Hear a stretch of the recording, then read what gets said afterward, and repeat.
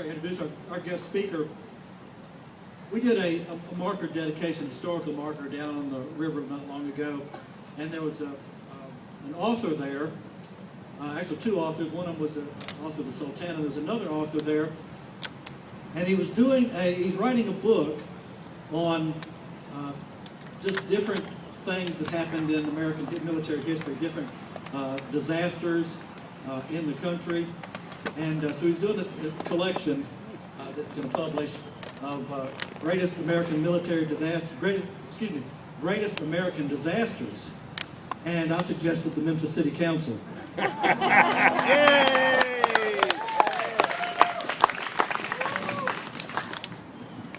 Federal government. Oh, 107. All right, our guest speaker today is a man I've known for over 20 years. Just a great gentleman. He's an Army veteran. He's from Griffin, Georgia. Glad he came up for the weekend with us. He's got a wife, Cassie, and two great little kids. For the last over 16 years, he's been a high school history teacher. So at least some of the kids are getting it.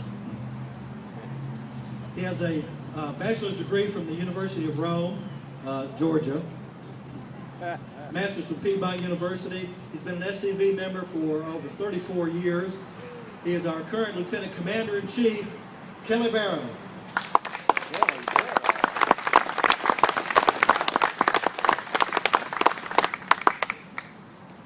Appreciate that, Lee, and thanks for that introduction. I appreciate all you good-looking people here today. Yeah. Taking your time out to come and honor this great man that's behind us, this genius that many people throughout the world honor.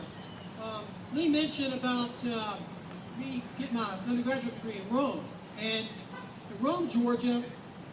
Interesting thing about Rome is that the first time that Georgia had tasted the war after Fort Pulaski was in Rome. And Rome is a city that Forrest saved when Strait was on its way to burn down the city and destroy the noble foundry there. But Forrest, thanks to Emma Sampson, stopped the Yankees. Of course, being outnumbered, he outfoxed the Yankees and stopped it. And Forrest, to this very day, is still honored in Rome. And of course, when I was at school, I had a history professor who didn't like Nathan Bedford Forrest. Imagine that. And I took her on in the classroom and thought it was important. And now there's a camp in Rome, Georgia named Nathan Bedford Forrest, and the monument to Nathan Bedford Forrest that was dedicated by the UDC over 100 years ago was still there in the cemetery. Nice picture of a nice monument of Forrest. But you know, I've been hearing about this stuff about controversy in Memphis ever since I got out of college. 3 years I worked in the Georgia General Assembly and heard about Forrest situation there, and to really didn't understand it. And before I got into education, I got into the cotton business. And Thomas Mills, I became a cotton buyer, and they sent me to Memphis, of all places, to send me to cotton school. And while I was here, I met an interesting young man that we bonded. Not because he was in the cotton business, not because he was the great mayor of Covington, Tennessee, not because he was an SCV member. It's because I always remember Russell Bailey, a picture of him talking about Nathan Bedford Forrest to somebody who didn't understand Forrest, and it was like they were nose to nose, and Russell was doing this, and the other guy was doing this, and it looked like the other guy was shouting at Russell Bailey.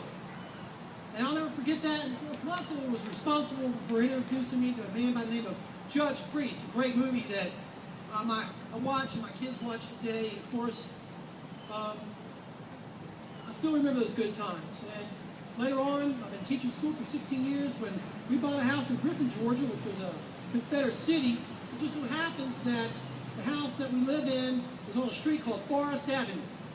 So my wife and I decided to christen our house Bedford. And that's what it's called, Bedford Forest.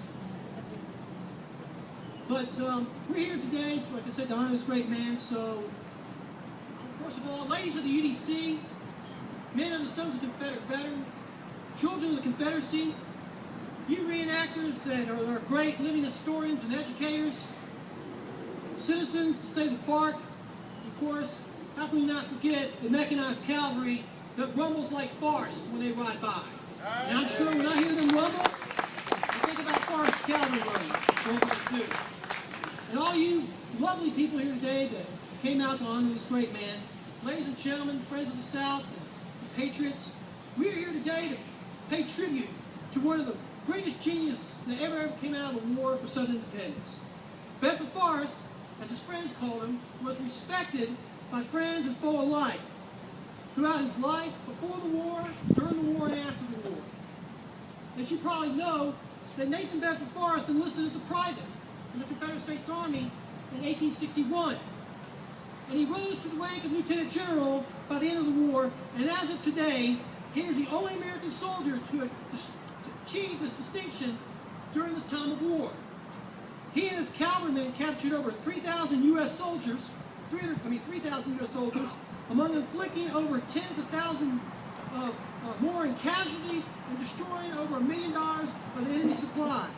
He and his men were the only cavalry in the world to capture an enemy ship, and that was a battle at Johnsonville, Tennessee, in 1864. His motto was, "Get there first with the most," and it's still practiced today in many units throughout the world, especially during the Second World War. I like to think that Forrest always looked at the glass being half full instead of half empty. You know, the thing about Nathan Bedford Forrest is he always found a way to win. Even when the odds were against him, he figured out a way he was going to win. And you know what? He never, ever gave up, regardless of what was going on. This man never attended a military school. He had no formal training, but he was a natural-born leader, and he was blessed by the God of Jacob that still sits on his throne to this day and will always sit on his throne. Amen.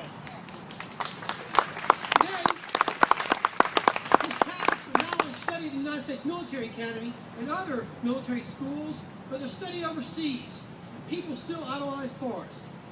Bedford, as he was known by those who loved him, like I said, he was feared and respected, friend and foe alike. And I guarantee you, Sherman, who didn't like Forrest, he called him that devil, I bet he respected him as a military genius, a military man. It's been said that Appomattox, after Robert Lee surrendered, that a Union soldier came up to him and asked him who he thought was the greatest general during the war. And Robert E. Lee replied, and I quote, "Sir, a gentleman I have never met, had the pleasure to meet, General Nathan Bedford Forrest," end of quote. He is a hero to many, both black and white, and still inspires people today. It inspires you because you're here. You are here because you love Nathan Bedford Forrest and want to make sure that his legacy, his memory is not tarnished. Here in Memphis, there are 3 parks dedicated to the memory of the Confederacy or those who served in it. One is actually a grave, which is behind us today.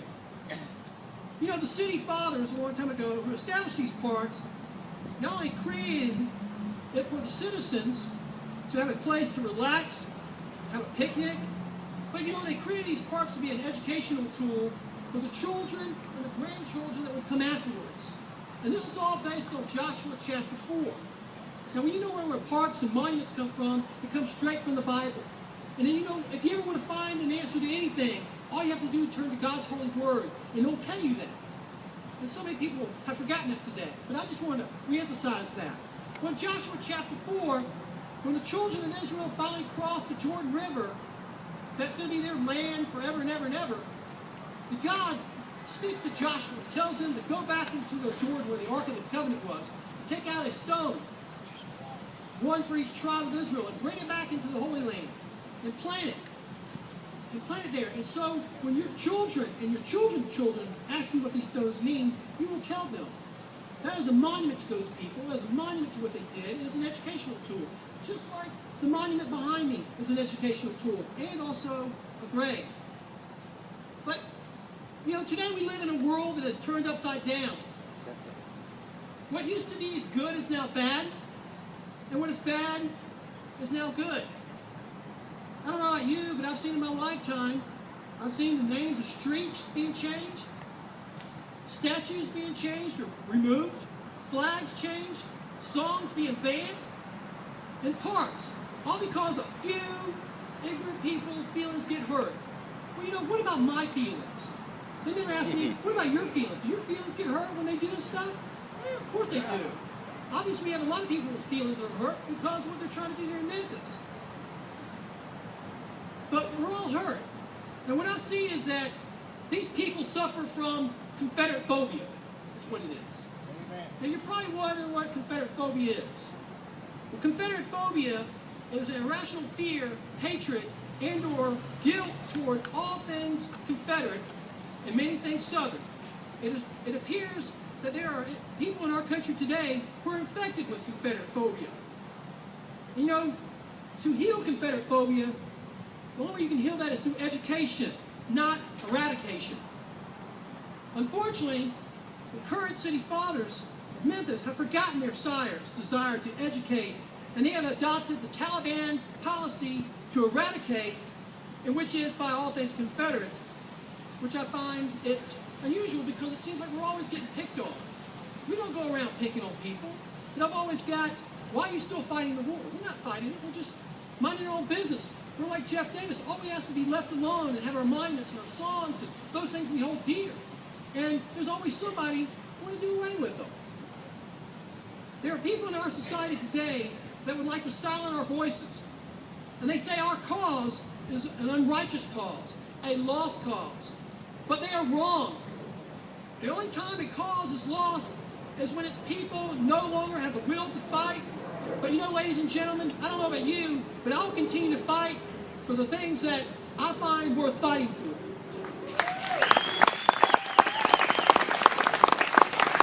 You know, one of our great generals in the war, and later became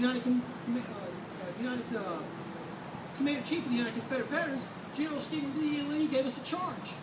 And you know, if you're in the United States Army, you know about the mission statement. If you're a Christian, you know in the Gospel of Matthew, the Great Commission. Well, Stephen D. Lee, in 1906, gave us a charge. And he said, to you, sons of Confederate veterans, we will commit the vindication of the cause for which we fought. The strength will be given the defense of the Confederate soldier's good name, the guardianship of his history, the immolation of his virtues, the perpetuation of those principles which he loved, which you love also, and those ideals which made him glorious, which you also cherish. That's what the charge is all about. But, you know, I learned when I was in the military that there's always acronyms. And there's an acronym to the charge. You look at the word charge, you know what it means? I'm going to tell you what it means. Charge means Confederate heritage always requires great effort. Now think about that. Repeat that after me. Confederate heritage always requires great effort. And that's what it will take in this time as we live here in the South and what's going on in Memphis. It's going to take great heritage to stand up for those things that are right. And each of you today must put in this charge into your heart and put it into action every day. You must be a Confederate 24/7. We cannot and we must not allow things to change. You know, the storm clouds are already upon us, and they're not going to go away. I believe we as a people are meeting our greatest test for this, I'm sure. You know, if the ideas of the Confederacy and the virtues of our people are not valiantly defended during this ongoing onslaught, and that's what it's been since the beginning of the sesquicentennial, their stories will be lost forever, and their monuments will be gone forever, and they'll be replaced with lies. Lies like this one. Your ancestors fought for slavery. Have anybody ever told you that before? Yeah. Well, how about this one? Nathan Bedford Forrest started the Ku Klux Klan. That's another lie. And if you've got your Confederate veteran, hopefully you read the article by Dr. Bradley, which revealed the true history. And now that you know, now that the truth has been revealed to you, each and every one of you should be able to take that in your heart. And when someone says something nutty about Nathan Bedford Forrest, you can say, no, that's not true. And then say, prove it to me. Prove that he was in these things, or this is what he did. The time has come for you, the descendants and the lovers of this great man, and the great men and women to come together for their defense. We must forget, at least for a time, our personal struggles and petty differences within and concentrate on defeating the anti-Confederate crowd by telling those the true issue of the South and about her brave people. We can't let certain people in Memphis try to change what hasn't bothered anybody. If you think about it.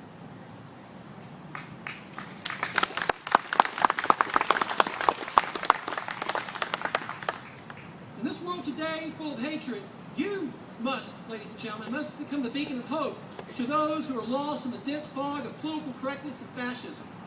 Jefferson Davis wrote to his wife, Verena, in 1865 the following, quote, "I have sacrificed so much for the cause of the Confederacy that I can measure my ability to make any future sacrifice required." End of quote. What is your sacrifice? Are you willing to follow the advice of our president, Jefferson Davis? Are you willing to follow his example? Are you sure you have a monument to him in town? If we sit back and do nothing, I can promise you nothing will get done. And if the job is going to be done, it's going to be done by us. The sons of Confederate veterans, the United Daughters of the Confederacy, and the children of the Confederacy, and all those who love the true history of the South. We're all in the same boat, ladies and gentlemen, and nowhere will be immune from the attack, regardless of which flag you fly. Bonnie Blue, First National, Second National, Third National, Battle Flag, doesn't matter if it's Confederate, they will come after you because they don't like our symbols. They don't like it. And, you know, this remind me to think that, you know, it's all right for them to come after us. There's a thing besides Confederate phobia, there's a thing it's been coined called gray bashing. So if you're Confederate, they're going to come after you. So we must join forces and unite under the banner of truth. And we all know what the banner of truth is. Don't find yourself, ladies and gentlemen, hearing that haunting quote from Jefferson Davis. And I quote, "Nothing fills me with greater sadness than to see a Southerner apologizing for the defense we made for our inheritance." End of quote. Unfortunately, we have a lot of Esau's today, and I'm ashamed of those people who have Confederate descent that turn their back on their ancestors. You know, during this time of successful centennial, it's our time. This is our time to shine and help stop the lies about our ancestors and the lies about Nathan Bedford Forrest. Why? You know, because the truth is on our side. It's been on our side since 1861. And those who hate us are wrong, and we need to teach them and educate them about the truth. Because the truths of history have always been with us, and they've just been dormant. And now the time has come to bring those truths of history to the forefront. You know, ladies and gentlemen, we've been given a great responsibility. And that responsibility has been passed down to everyone here from your Confederate ancestor. If you have a Confederate ancestor, his DNA runs through your body. And who's going to speak for him while he's in the grave? Who? The city council? The local churches? Politicians? No. It's going to take the descendants of Confederate soldiers to stand up and say, this is wrong, and stand up for what is right. You know, as I said, that in the Bible you can find anything, because it's the truth. And in the Gospel of John, chapter 8, 32, Jesus says this, and I know he's talking about himself, but he says something that's true. He says, know the truth, and the truth will set you free. Know the truth, and the truth will set you free. And so that's what we have to do. It's our job, all you people here, it's your job to tell the truth, to make other people free indeed. And you know what? By doing this, by teaching the truth, you'll free these people of their bigotry, you'll free these people of their ignorance, you'll free these people of their narrow-mindedness, and you'll free these people of their intolerance.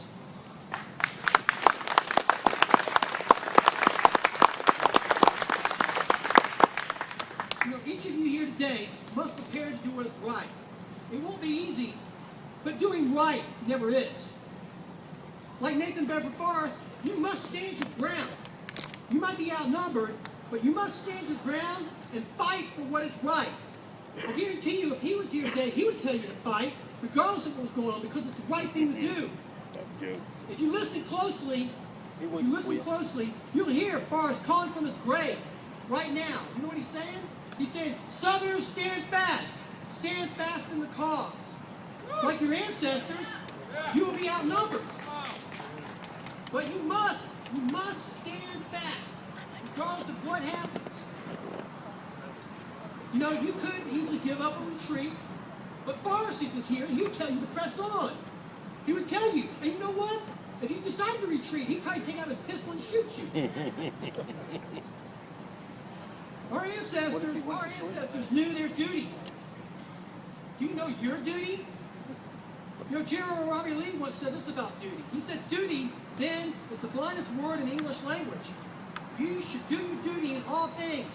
You can never do more. You should never wish to do less. That's what he says. So, ladies and gentlemen, the time has come for all people of Confederate descent, regardless of the race, color, and creed, to stand up in one voice and say, no! We're not going to take it anymore! You say no to those who hate us, and let the world know that the South was right and the truth about Nathan Bedford Forrest is right. You know, we'll be abused for our efforts from those who suffer from Confederate phobia and those who practice grave bashing, but regardless of the outcome, we must fight, if only to set an example for our children and our grandchildren, that we're willing to stand up like men, like our ancestors did at Petersburg, like our ancestors did at Franklin, and all that cold retreat from Nashville, just to set an example for them. Amen. Your ancestor, regardless if you served in the Army of Tennessee or the Army of Northern Virginia or Army of Trans-Mississippi, they took a stand. They took a stand, and many of them gave up their lives for the cause of freedom.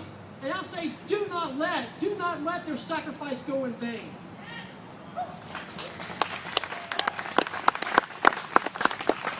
Today, each day we delay in our efforts, we fall behind. Ladies and gentlemen, here it is Sunday. And regardless of it's Sunday or not, each day is a gift from the Lord. A God who sits on his throne and will never be removed. But you know what? Tomorrow is promised to no one. So we need to ready ourselves and let's prepare to tell their stories, because it's our job to tell their stories. Jefferson Davis, who has a park here in this town called Jefferson Davis Park. And there's a statue of Jefferson Davis in Confederate Park. This is what he said. This great Mississippian says this, and it still rings true today. Remembering, as I must, all which has been suffered, all which has been lost, disappointing hopes and crushed aspirations, yet I deliberately say, if I were to do it all over again, I would do it again just as I did in 1861. Jefferson Davis didn't apologize, and so neither should you, and you need to stand your ground. Yeah, that's right. These words need to be written on our heart and our minds from this day forward, and let us never forget that the South and our ancestors were right and their noble and just cause. Now, in the Army of Tennessee on April 26th, when General Robert F. Hoke surrendered and he was reading his farewell address to his men, this is what he said to the soldiers. He said a lot of things, but this is what stood out in my mind, what he said to his division. He says, teach your children that the proudest day in your proud career was the day you enlisted as a Confederate soldier. So we need to remember that, because the Confederate soldier we honor here, and as I said, whose DNA flows through your veins, we must stand and proclaim to the world that the values of American liberty and their commitment to the cause has not been forgotten. The principles of 1776 still live on today.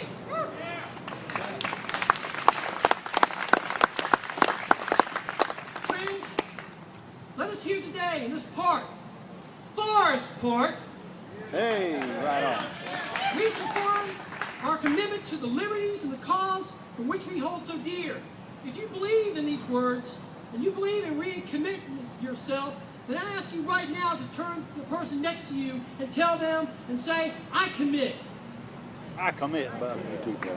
Me too. You are committing to make sure the truths of history will always prevail. I'd like to close with a quote from our president, Jefferson Davis, on a proclamation that he sent out on April 5th, 1865, in the capital of the Confederacy at Danville, Virginia.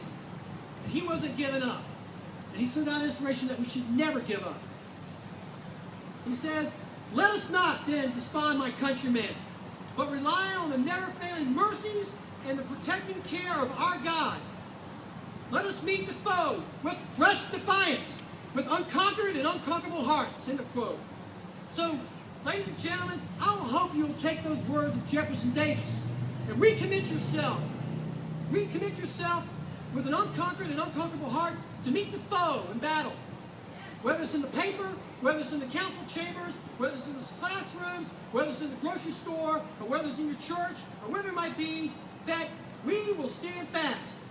And I hope today you will join me at this monument. Not only we celebrate the birthday of this great American hero behind us, but we dedicate ourselves once again to the principles of 1776 and 1861. That's right. So, ladies and gentlemen, I say, may the God of Jacob send down his many blessings upon you. May he bless you and your family. May he bless your traveling, give you traveling mercies home. And may God save the South. And may God bless the great state, the volunteer state of Tennessee. Thank you.